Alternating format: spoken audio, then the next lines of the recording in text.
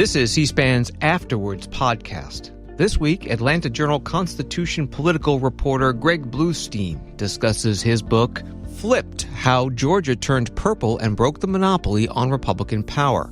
He looks at the events that led to Georgia turning purple in the 2020 presidential election and talks about its significance in future state and national elections. Georgia is the biggest test of Donald Trump's clout in the entire nation. And it's not just because of the sheer number of candidates he's endorsed here, which is 7. It's because of the nature of the candidates he's endorsed. Right. He's endorsed, these aren't shoo-ins, right? He didn't just endorse a bunch of incumbents who were likely to win. He endorsed a significant number of challengers who were going up against strong incumbents. He's interviewed by Washington Post national political reporter Eugene Scott.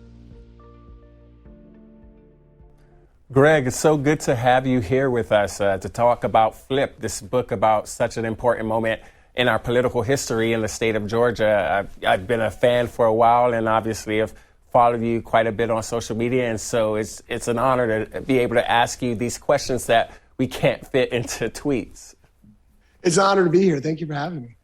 Greg, can you tell people not familiar with you who you are and what you do and how you got to this position? Yeah, Greg Bluestein. I'm here, a Metro Atlanta native. I grew up just north of the city. I've wanted to be a journalist since 4th grade and really jumped into it starting in high school, but was the editor of the school newspaper at the University of Georgia, where I first started covering Governor Brian Kemp. He was a state Senate candidate running against an incumbent Democrat back then when Democrats ruled the state, and he flipped the seat. So maybe that was the first flip I've covered, was way back in 2002 when Brian Kemp won an Athens-based state Senate seat. And since then, I've covered the rise of Sonny Perdue as the first Republican governor since Reconstruction, and documented Nathan Deal's 2 terms as governor of Georgia, and then really got into the transformation of Georgia, starting with John Ossoff's run in 2017 when he proved that the suburbs of Atlanta were very competitive and almost flipped a U.S. House seat just north of Atlanta, where I live, actually, and covered the 2018 gubernatorial race between Brian Kemp and Stacey Abrams relentlessly, and of course 2020, which was the most epic election cycle that I've ever covered, for sure, in my 2 decades of covering Georgia politics, culminating in the Senate runoff sweeps of John Ossoff and Raphael Warnock beating the Republican incumbents. Well, you've got quite a few more elections to go, including one this year. So that 2020 election could be trumped, to use a popular overused term right now. And so I wanted to get back to your history of political journalism. When you were a student, did you know that this was the path that you wanted to be in? You know, as a young student, as an elementary school student, I wanted nothing more than to cover the Atlanta Braves. Sure. I grew up in the worst to first era of the Braves, when they went from last place to first place in the early 90s and then became a dominant powerhouse. And I was obsessed. And the Atlanta Journal-Constitution beat reporter, I.J. Rosenberg, came and spoke to my 4th grade class. So I became obsessed with covering the Braves. And my mom told me, well, to do that means you have to learn how to type. And at the time, that seemed way too daunting. So I said, I'll do something easier. I want to be a doctor.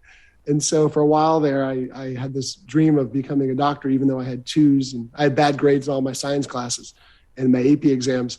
And it was in high school where I recaptured the bug to go cover politics. And at the University of Georgia, as the editor of the school paper and working for the school paper, I got very involved in covering campus movements, political groups, and the rise of, at the time, the rise of Republican politicians in Georgia politics, because again, Democrats ran everything at the time. Well, for better or worse, as you know, politics can sometimes very much feel like sports, and you're seeing some figures from the sports world enter politics that you probably wouldn't have predicted while you were in Athens. People like Herschel Walker. Has that race right there been a surprise for you at all? Yeah, that's a great segue, because it has. I mean, Herschel Walker, someone like me who grew up in Atlanta, who grew up in Georgia, I wasn't born when he led the UGA to its first national championship in decades, but I grew up hearing stories about him. That's why he has such high name recognition. Right. Even folks like me who never got to see him play at UGA grew up hearing stories about his athletic feats and all that. So that helps put him in the position he's in right now. He has both Donald Trump's endorsement and Mitch McConnell's endorsement. He's at 60, 70, 80%. in the polls that we've seen. A commanding lead over his Republican primary rivals. Closer, of course, in the general election of the test polls we've seen, but he's in a solid position to win the nomination. And it's partly because he probably doesn't need Mitch McConnell's endorsement or Donald Trump's endorsement. He could probably be in the same general area without their support because of that high name recognition. But he's still a blank slate in some ways as a candidate. We still don't know where he stands on a number of issues.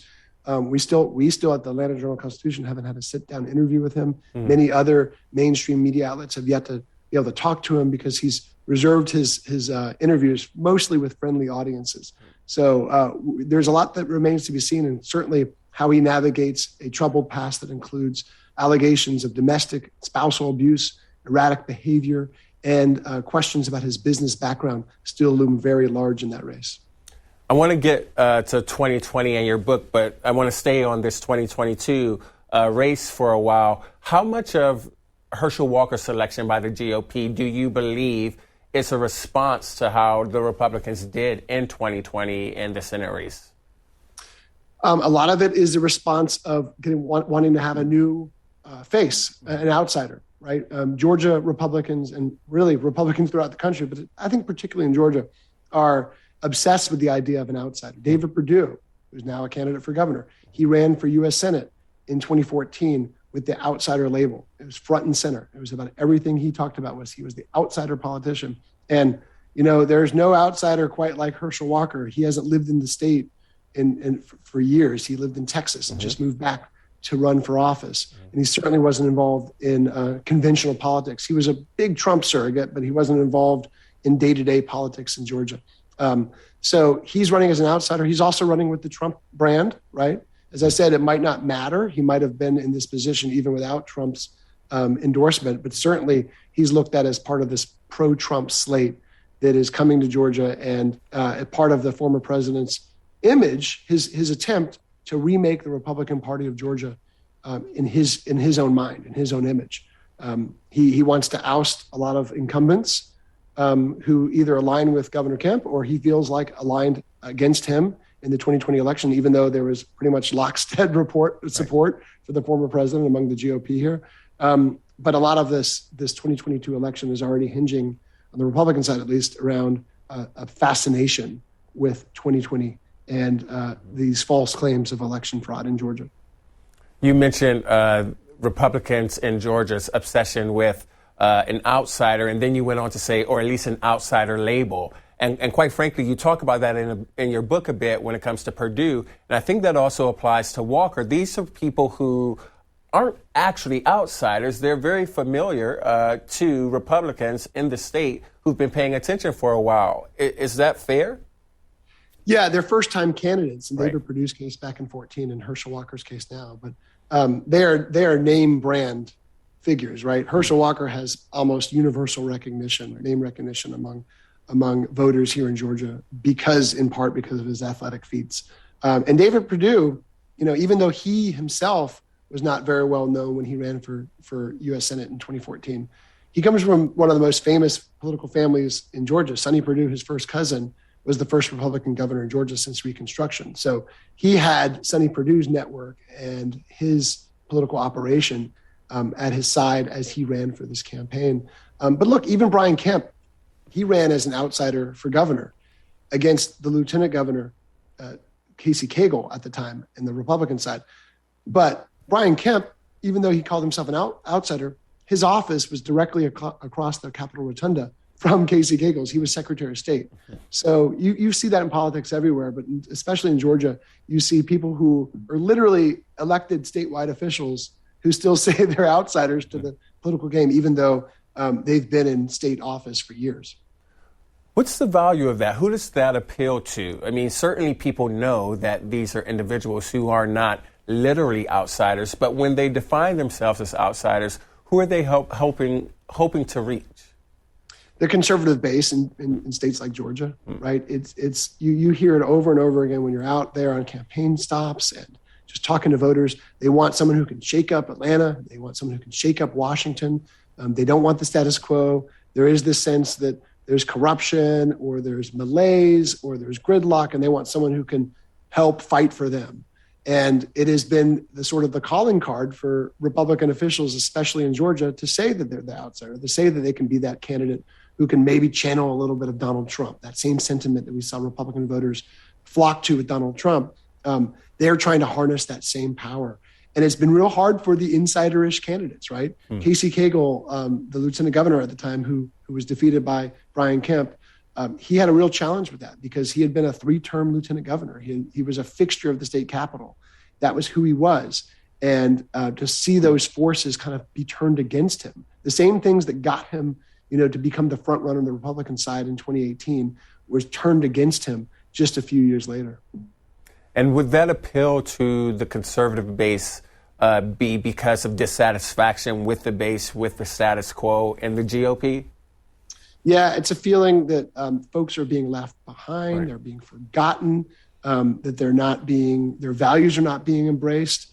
It is a lot like Donald Trump's line in 2016 that he's fighting for the forgotten man. And there's a lot of voters, especially in rural Georgia, who feel like they're aggrieved, who feel like they're being forgotten, they're left behind, even though the people in power oftentimes are rural white Georgians just like them. You mentioned the desire to turn out the base. That's something that both the Democrats and Republicans focus on quite a bit, understandably. But it seems sometimes as if Democrats are a little more concerned about winning people from outside of their base, maybe independents and even Republicans. Do you see that at all with the Republican Party? Because it seems like these candidates may not be able to be as successful in turning out people who aren't true believers. Is that fair? Yeah, Republicans in Georgia believe that they can keep that coalition together, if they can keep the same coalition that has powered them to office for years in Georgia for the last 2 decades, then they can win. If they can just turn out their base, they can win. The change we've seen is on the Democratic side. Right. For a long time in Georgia, especially in the early 2010s and late 2000s, we saw Democrats really try to win back suburban voters who had gone to the GOP. Moderate, middle-of-the-road voters who felt alienated by national Democratic policies. And that's why we had Democratic statewide candidates who embraced issues like expanding gun rights, who didn't really wade into culture wars, either for or against, who stayed away from Barack Obama and other national Democratic figures when they came to town. We saw that change with Stacey Abrams. When Stacey Abrams ran for governor in 2018, she not only did she support gun restrictions, but she boasted of her F rating with the NRA. When just 4 years earlier, a gubernatorial statewide candidate, Democratic candidate, called himself an NRA Democrat. So you saw this sort of sea change of Democrats playing to their base really for the first time aggressively, rather than going towards the middle. But that's not what happened necessarily with the Democratic Party at the national level. And even now, I mean, the desire for the White House to appeal to people beyond the base is something that makes Biden the object of quite a bit of criticism. We see often from those in the base. Have you seen that in Georgia as well?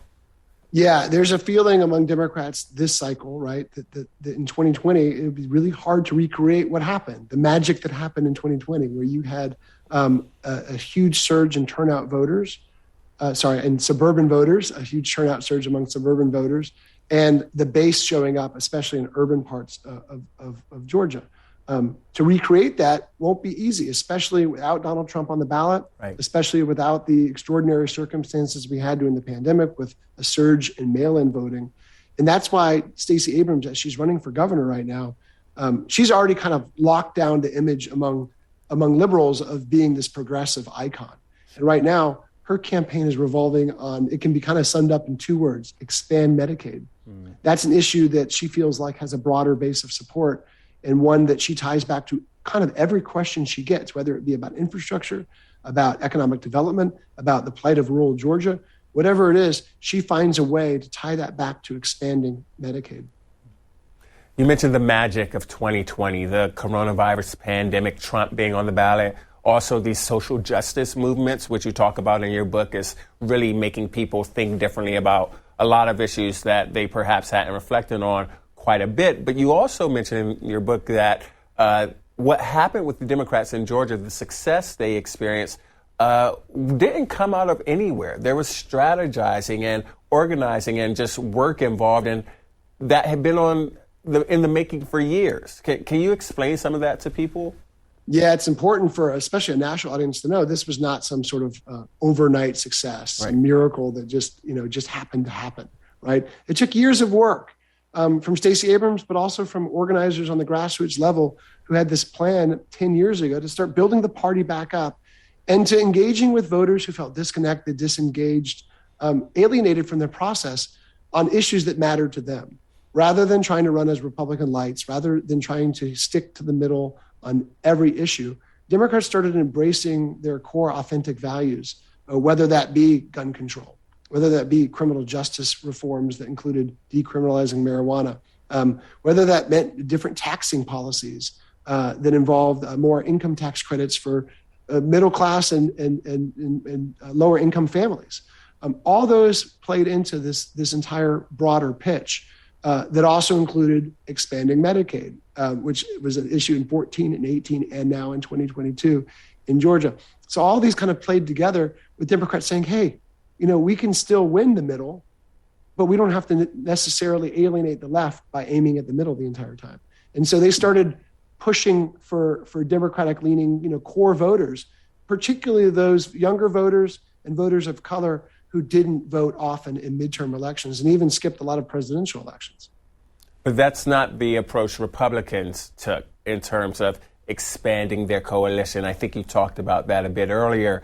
Can you explain to people who may not know what the coalition for the GOP looks like in Georgia and how it may look similar or different from the national GOP coalition? Yeah, as the Democratic coalition of 20 years ago was in tatters. It was basically rural white Democrats who were kind of yellow dog Democrats. They had been Democrats forever. And urban, mostly minority Black Democrats, voters of color in cities like Atlanta and Savannah and Columbus. As that tattered, Republicans picked up those rural voters to the point now where rural counties that went 80% Donald Trump went 90% Brian Kemp just 2 years later. So Republicans are basically, they're trying to wring out every vote they can in rural parts of Georgia, knowing that, hey, look, there's no guarantee. These are places where population is dwindling, right, where they're going to struggle in the long term to keep on relying on these rural counties. But in the short term, they feel like it's enough to keep them in power. And that's going to be a strategy of Governor Kemp or David Perdue, whoever ends up the Republican nominee. That'll be a part of their strategy in November as well. Meanwhile, the suburbs of Atlanta have gone, not just have they flipped, they've gone decisively Democratic. Cobb County, Gwinnett County, these are very populous counties, northeast and northwest and northeast of Atlanta, where more than 1 million people live combined. Those are counties that used to be Republican fortresses. And as they've grown more diverse, as they've gotten more out-of-state residents who have moved there, and as the state has become more politically competitive, those states have flipped solidly blue. Gwinnett County, particularly so, is pushing 60% Democratic support right now. And those have become the cornerstones of Democratic success. While at the same time, the growing exurbs just north of those counties have become much more important to the Republican base right now. Right? The Republican formula is keeping those counties not just red, but solidly red. And so that's how we've seen the Republican strategy sort of evolve. But no, the Republicans aren't necessarily aiming their messages or focusing their messages in the middle of the electorate. They are trying to wring out as much support as they can from the base. And we're seeing that right now as Georgia's legislative session continues with a number of basically culture wars issues that are meant to energize Republican voters. Yeah, so it's been a study in identity politics in every way possible when you look at the changing demographics of Georgia and the cities and the rural communities over the past decade and how that affects state and national politics, it seems. You're right. And there used to be the saying in Georgia, there's 2 Georgias, there's urban and rural. And now there's 4 Georgias in a sense. There's urban, rural, suburban, and exurban. Right. And each have very different voter compositions, very different electorates, very different issues. And that's the challenge for any statewide candidate, right, is finding the sort of package of messaging that appeals to all those various electorate, because Very different priorities. Agriculture is still by far the number one industry in Georgia. And voters who are in that industry have distinct concerns from voters, let's say, up in the metro Atlanta suburbs, or voters in just a little further out who rarely come into Atlanta, but live in the exurbs and like it that way. What are some of the lessons learned that you've witnessed from the Republican Party since 2020 that can influence how things turn out this fall? Well, in one sense, they can learn from Democrats in terms of engaging voters who rarely vote. It became a trove of support for Stacey Abrams, for Raphael Warnock, for John Ossoff, for Joe Biden in the last two election cycles, to capture those votes and energize those voters who skipped midterm elections, who felt like they weren't part of the process, who didn't find a candidate who can message to them effectively. That takes years of work. And Republicans have done it, right? I mean, it's not something that they were not caught sleeping at the wheel in 2020 in Georgia. They knew this blue wave was on its way, and they were trying to build what they called the big red wall to fight it back. And in 2020, the big red wall was not tall enough to keep the wave from crashing over them.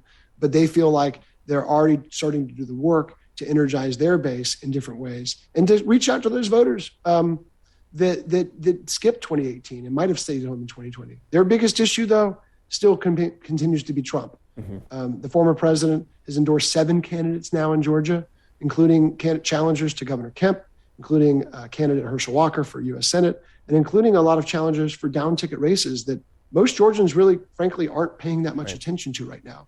And this Trump-fueled dynamic continues to impact the race. Trump even had a rally just a few days ago in the exurbs of Northeast Georgia, where he talked about voters staying home in November if Brian Kemp was the party's nominee. And so that will continue to hamper Republicans in Georgia and potentially help Democrats who can just kind of point across the party aisle and say, hey, they're still fighting, we're united. Why do you think Republicans were so aware or anxious about a blue wave coming in 2020? The GOP has been incredibly successful for more than a decade in the state when it comes to some of the biggest races. You're right. I mean, they control, up until 2020, they controlled every statewide office. They control a majority of the Georgia legislature. They control a majority of the congressional delegation. And so in one sense, you know, there's a good question, why worry? You know, they're winning every election. But the other sense, you look at just the track. In 2014, Nathan Deal won by 8 points to be reelected as governor.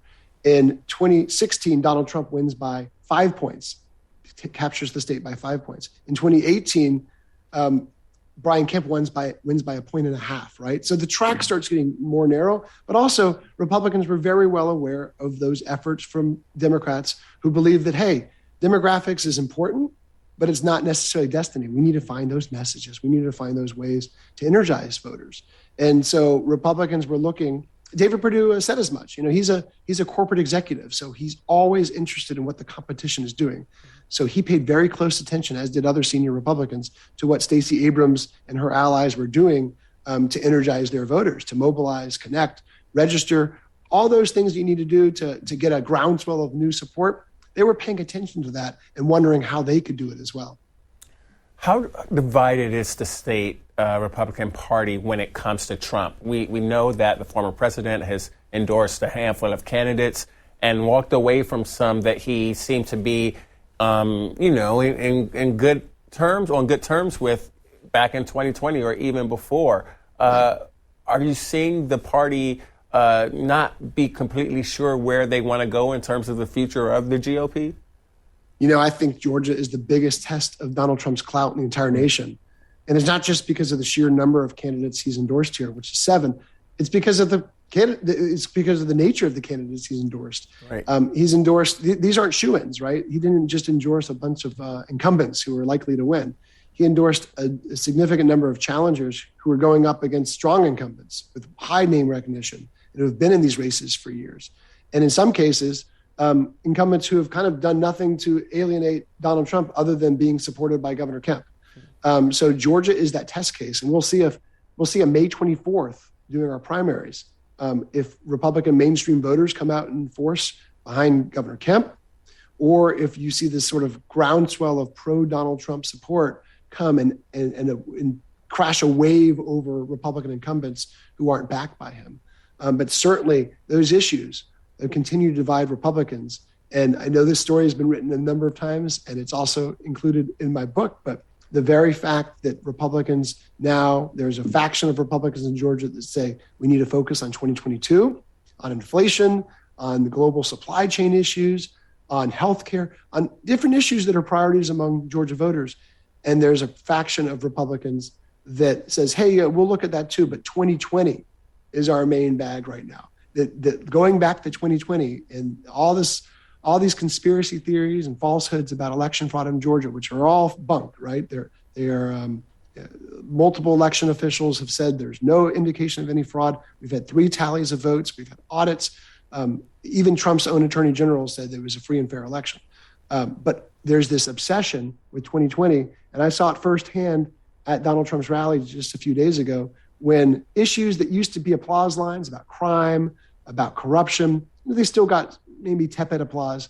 But when Donald Trump or any of the speakers talked about 2020, there was a roar from the crowd. So it showed that at least among Trump supporters at that rally, there is still a significant motivation factor from talking about 2020 rather than 2022.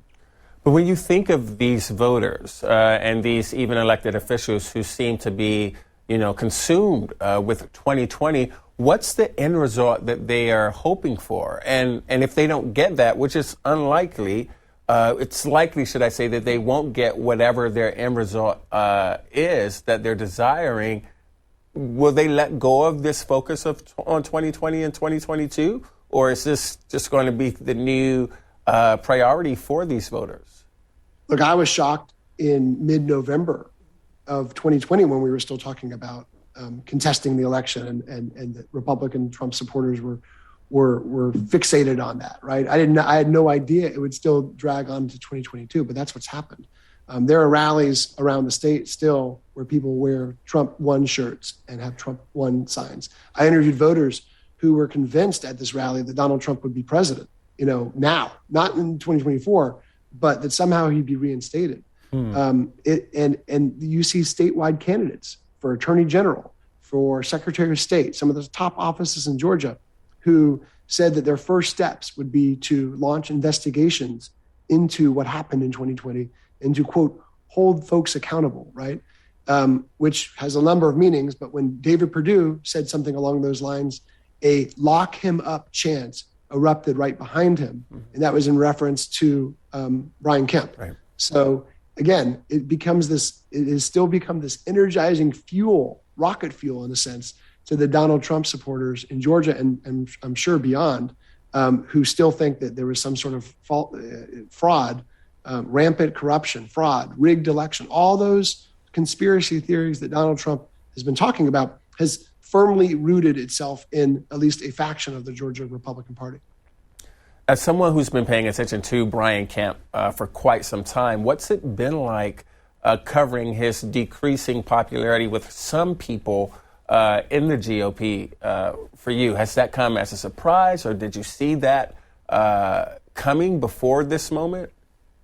It's been head spinning because remember, Governor Kemp owes his election victory in 2018 to Donald Trump. 6 days before the runoff Republican vote, Donald Trump sends out a tweet saying essentially that Governor Kemp would be Brian Kemp would be the best Republican on the ticket, and he gave him his full-throated endorsement. That changed the game for Brian Kemp. He was in the lead in the polls, but he was in a very tight race against Lieutenant Governor Casey Cagle at the time, and he went from close, likely win but close, to a runaway rout. I mean, he won every one of Georgia's 159 counties but 2. So that just shows you, he even won Casey Cagle's home county. That just shows you what the Trump endorsement meant in 2018. You could see their ties were starting to strain a little bit during the pandemic, and particularly, and I go into this in great detail in the book, but when Governor Kemp picked Kelly Loeffler for an open U.S. Senate seat against or not with the full-throated approval of the president at the time. So that was when the strains really started, but they accelerated during the election process and afterwards, where Trump wanted Brian Kemp to call a special session that could have resulted in lawmakers trying to overturn the election results. He did not want Brian Kemp to verify, to kind of sign off on the results of the election, to certify those results, even though Governor Kemp was bound by law to do so. And then there was other Trump supporters who felt like Brian Kemp should be on the airwaves talking up these conspiracy theories. Well, Brian Kemp used to be Secretary of State, so he knows election laws better than most people around the nation and in Georgia, because he was had a hands-on approach to all these election issues, and he wasn't ready to go there for Donald Trump, and that peeved Donald Trump to the point where you saw this escalating outrage that ended in not only Donald Trump calling for Brian Kemp to resign, but also saying early last year that he would hold rallies. He'd be back in Georgia to rally against Brian Kemp, and that is exactly what he's done.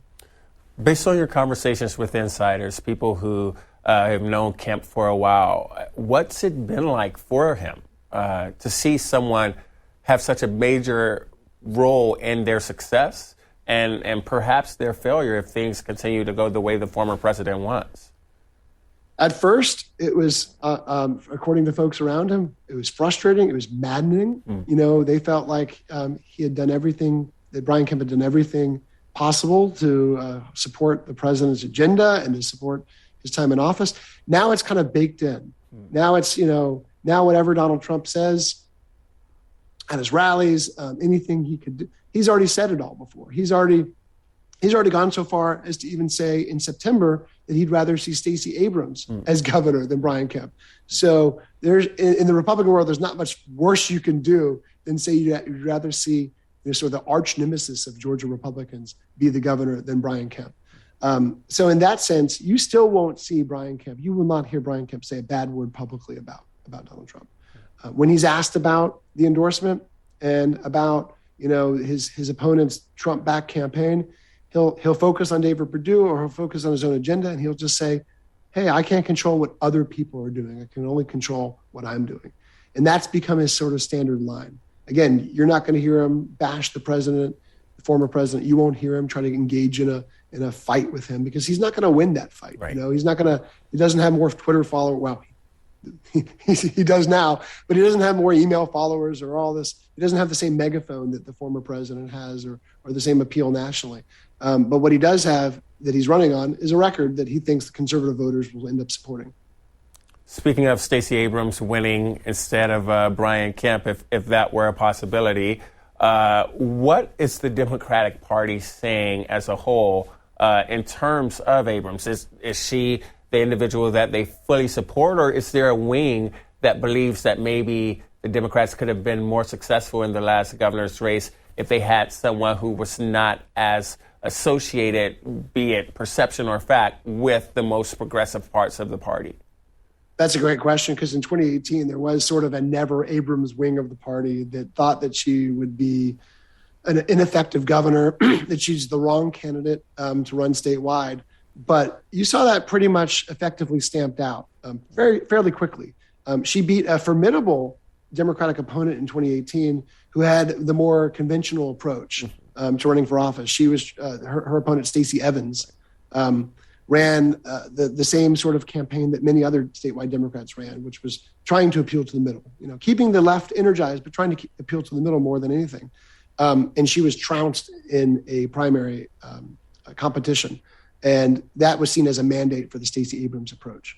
And when Stacey Abrams came within 1.5 points of beating Brian Kemp, 55,000 or so votes in 2018, and then parlayed that to even more a higher national profile, right? Even Governor Kemp marveled how Stacey Abrams in her defeat seemed to become an even bigger national figure than Brian Kemp became in victory.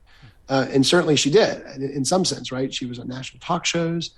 She wrote a string of best-selling books. She went on national tours that sold out. I mean, I was with her not that long ago in San Antonio, Texas, in a ballroom that was packed to the gills. And I was looking around. I was like, this is the Stacey Abrams I knew a decade ago that, was fairly anonymous. And now she's selling out crowds in all over the nation.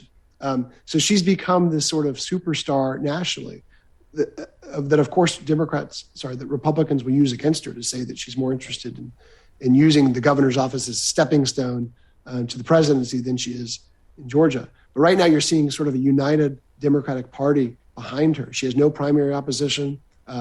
Very few Democrats who are elected officials, if any, are willing to speak out against her or say anything negatively about her, because they're all on the same page right now. And they're all kind of eating popcorn, watching Republican infighting across the aisle. It definitely seemed like one of those cases where losing was the real winning for her in terms of everything that came from her defeat after the election. It really did. I mean, not long after her election, Chuck Schumer, the Senate, at the time, the Senate Minority Leader, was urging her to run for U.S. Senate. Gave her a chance to give the official rebuttal to Donald Trump's State of the Union speech. She was a fixture on national TV shows and national podcasts. And the group she founded right after her election defeat, Fair Fight Action, it raised $100 million in just over a year. So she became this sort of fundraising juggernaut as she expanded her national profile in her political organization, which set her up all to do what she's doing right now, which we in Georgia always figured. I never really thought she was going to run for U.S. Senate. And as there was a lot of talk about whether or not she'd run for governor again.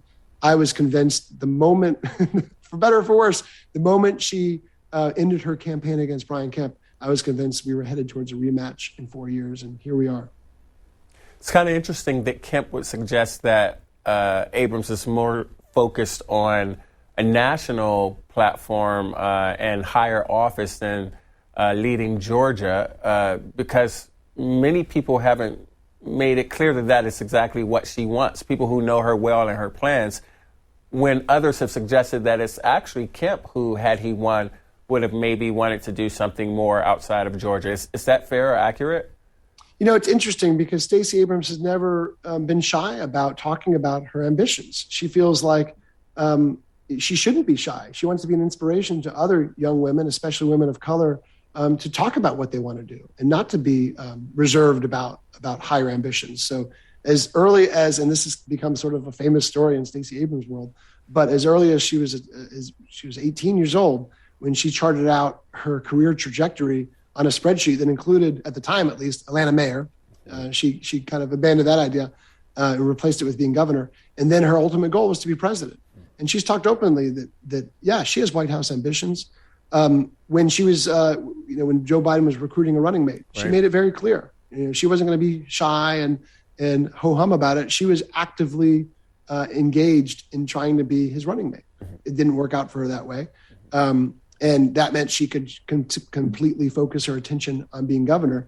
But that is why you've seen some of those attacks, because she's openly talked about, federal ambitions, White House ambitions one day, not running for U.S. Senate, but having a role in the White House, in the executive branch one day. Brian Kemp, who knows? I know he loves being in Athens, where he's from. I know he likes being in Georgia. I know a lot of those Republican politicians say they hate Washington. That's become like a standard, boast line about how much they hate Washington. But we've heard from a lot of Congress members how much they don't like Washington, yet still run every 2 years to get up there. Right. That's very true. Very, very true. One of the main talking points from Democrats has been that they perhaps did not win because there was something wrong with the system. Maybe there was some type of advantage that Republicans had that was unfair or unethical. But are you seeing much conversation among the Democratic Party about reflecting on what they actually did do wrong that led to their defeat? In 2018, there was concerns that the system, if not use of the word rigged, was set against them. Right. Because you had a Republican, Brian Kemp was the Secretary of State, and that means he oversaw the election system in Georgia. And even as he was Republican Secretary of State, he was still running for governor. He didn't step down, despite calls from Stacey Abrams and many of her allies that he should step down. So that was sort of the first strike against Brian Kemp, in that 2018 election the Democrats saw. But there was a strict strict adherence to Georgia election laws. And that meant that provisional ballots that had questions around them were thrown out. That meant that absentee ballots that didn't exactly match signatures could have been questioned. That meant that, if you used a nickname on one document and your formal name on another, that your vote could be kind of questioned, right? Scrutinized heavily. So that was maybe the top concern of Stacey Abrams during that entire run-up, was that a pool of votes was being questioned. And she filed litigation during a 10-day, I can always call it the purgatory period, but the 10 days after the vote in November of 2018 and before she conceded, or she ended her campaign. She never conceded, but she ended her campaign. She filed a number of litigation trying to get those ballots counted all over again. And it wasn't enough. It probably wouldn't have changed the outcome of the election, even if every single one of them was counted. But there's a number of questions, and that's played in majorly in 2022, because last year in Georgia, Republican-led legislature passed a rewrite of Georgia election laws that includes new obstacles to vote for many, includes photo IDs for absentee ballots in Georgia. It includes stricter limits on absentee ballot deadlines and request windows. It includes more limits on ballot drop boxes and a number of other changes. And we're not sure exactly how that will affect the electorate. Could it affect hundreds? Could it affect thousands? Could it affect more? We won't really know until it's stress tested. And we haven't had a big stress test of that election yet. We had municipal votes last year, but those were lower turnout. We're about to have millions of people head to the ballots in Georgia, and that will be the biggest test, and that will be a way for us to see how much that has changed the dynamic in Georgia.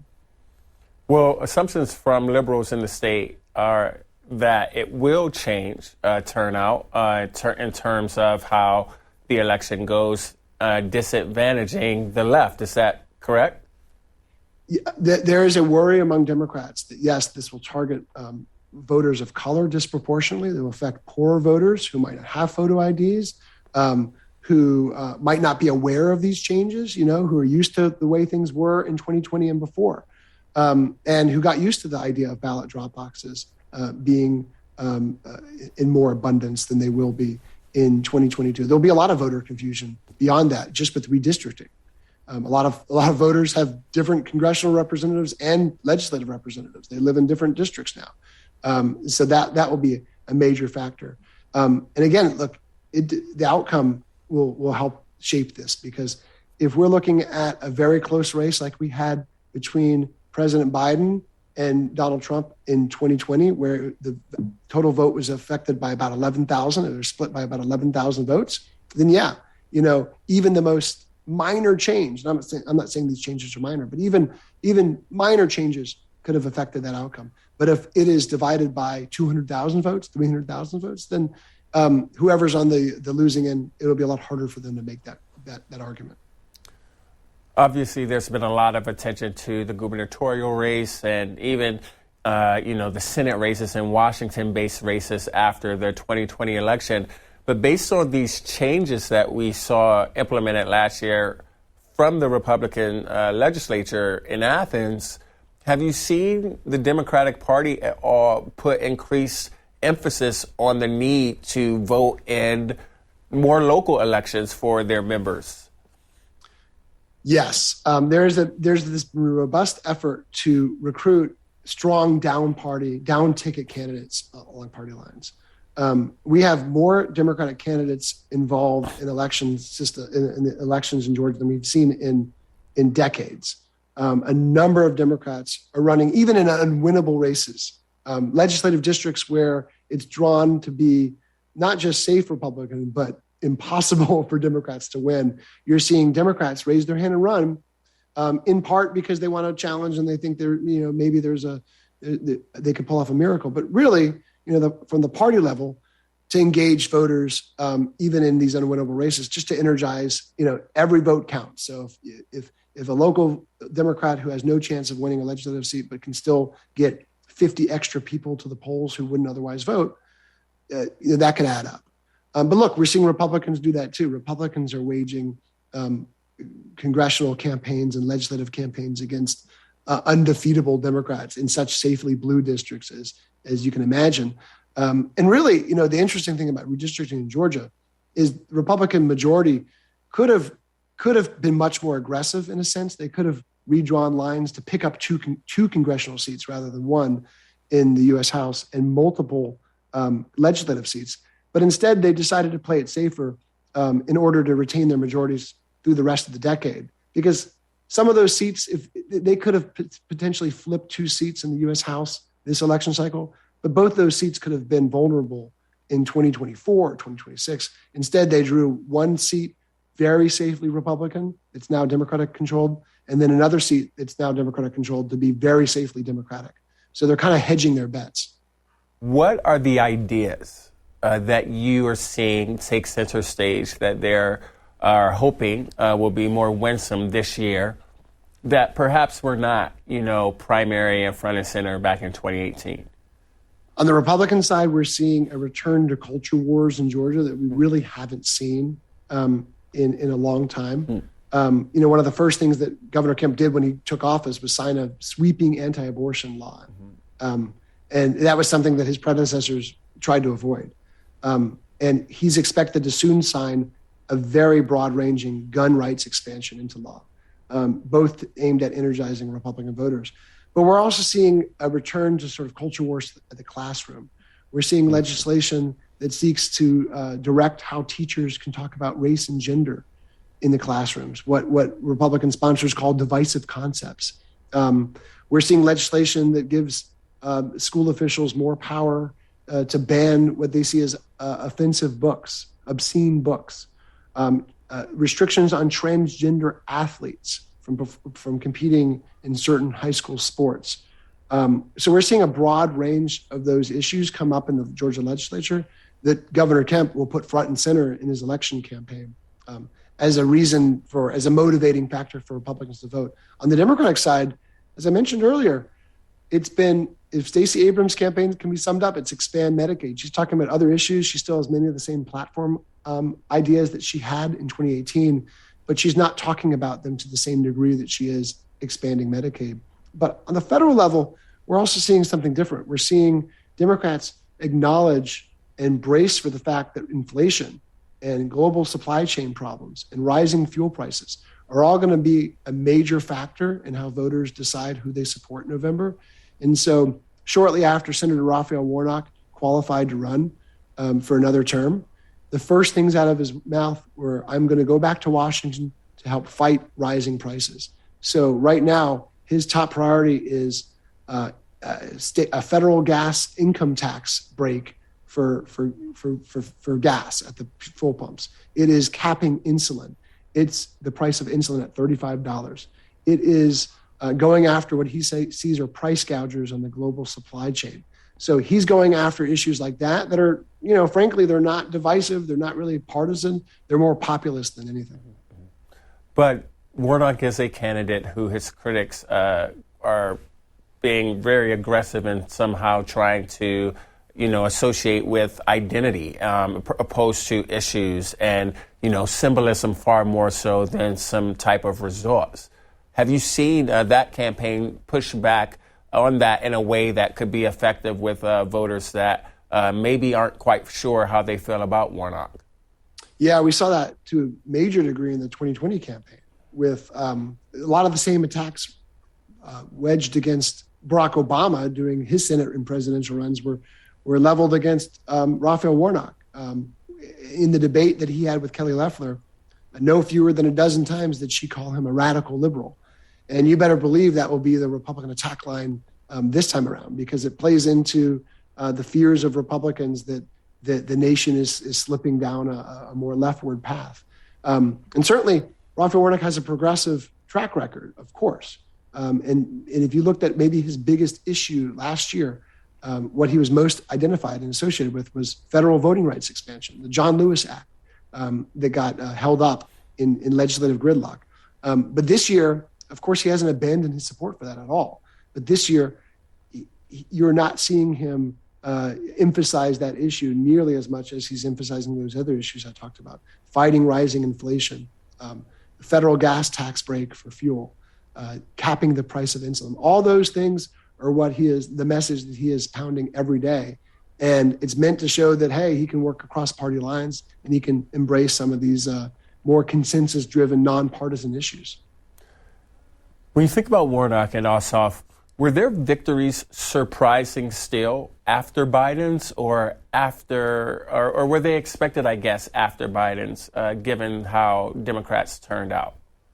You know, the biggest challenge for all four of those candidates was trying to get they all calculated very early if they can get the exact same coalition that helped elect Biden or even voted for Trump, if they could get the same group of voters out, they'd win, because runoffs generally have lower turnout. Right. But what it ended up being was basically the whole thing seemed like just a crapshoot, right? More than $500 million was spent on TV ads. So it was hard for any individual ad to kind of stand out, because there was if you turned on a computer, turned on your TV, dared look at something on your smartphone, you were going to see an ad for one of these four candidates or for their allies.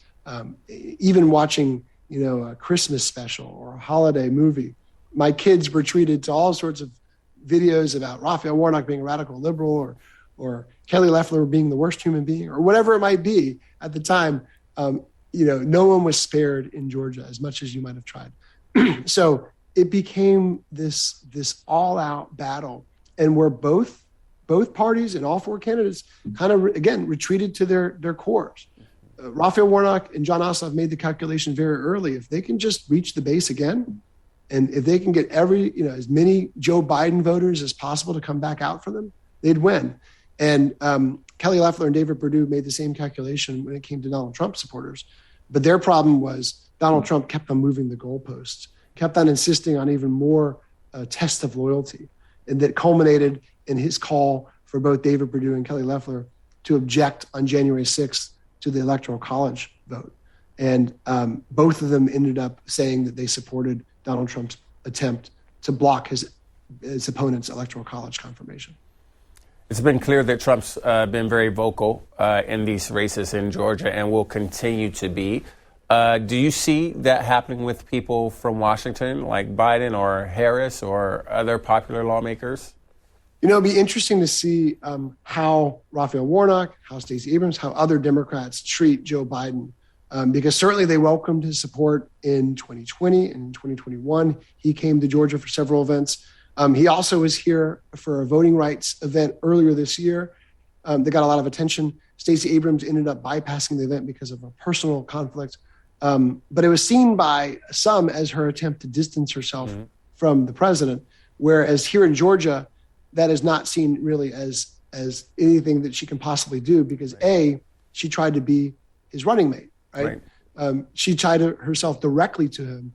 And B, even if she tries to distance herself, Republicans have everything they already need to attack her and, put her on every flyer and TV ads alongside Joe Biden's face. So I don't think there's any real effort for Stacey Abrams at this point to distance herself from Joe Biden. I think that Democrats will take the same approach Republicans have long had, which is we'll take all the help we can get. And you saw Jon Ossoff even take that approach with Bernie Sanders. Ossoff in 2017, when he was running for Congress, he steered clear of national politicians every chance he could. And in 2020, he said, you know what? Now I'm embracing their support. Now he felt like now they could only help. What is it that you think people outside of the state of Georgia don't understand about the state's politics that your book will provide some clarity and insight on? Yeah, some major things. One is, we talked about it earlier, but this was not some overnight success. This took years of work, years of different approach to messaging. And it wasn't because Republicans were sleeping at the wheel. They saw it coming too, and they did everything they could to stop it. Another major part is the suburbs. People like to kind of view suburban areas as these lily white, monolithic images of mostly white enclaves. And in Georgia and in the rest of the nation, but particularly in Georgia, that's not the case at all. Gwinnett County, just northeast of Atlanta, is one of the most diverse demographic areas not just in the state, but on the eastern seaboard. And suburbs are changing fast, and politicians are changing their messages with it. And I'd say another thing is just authenticity. Voters can smell when someone's being phony. It doesn't mean that voters will always punish people for holding views they might not necessarily think they believe in. But Democrats embrace that authenticity. They stopped running as Republican lights, I guess is a good way to put it. And they were rewarded. It took years, but they were rewarded in 2020 for that embrace of core values. And Republicans have been doing that in Georgia as well. Moderate is a bad word in the Republican world. And you've seen Republicans sort of go back to their core values too. Another kind of point that we make intentionally in the book is there was not this sort of lurch to the middle in 2018 or in 2020. We'll see what happens in 2022. But there was not this pivot to the middle really in either of those races because, both parties realized that they would get more bang for their buck if they tried to energize disconnected voters who stayed home, or voters who were kind of apathetic in general about the political process. They felt like if they could maximize that turnout, it would be more economically and efficiently worth it than going to the middle and trying to spend time and resources to win the very few swing undecided voters that there are in Georgia these days. Awesome. Well, Greg, I greatly appreciate your taking time to talk with us about your book and politics in the state of Georgia in not only 2020 and 2018, but this year and perhaps in the future as well. Thank you so much for having me. This was a blast. Yeah, absolutely. Thanks for listening to this week's Afterwards podcast. If you enjoyed this podcast, listen to C-SPAN's podcast about books. Learn about the latest nonfiction books and best-selling authors. In each episode, we report on bestsellers lists and book reviews from around the country. You'll also hear authors talking about their latest books and insider interviews with nonfiction book publishing industry experts.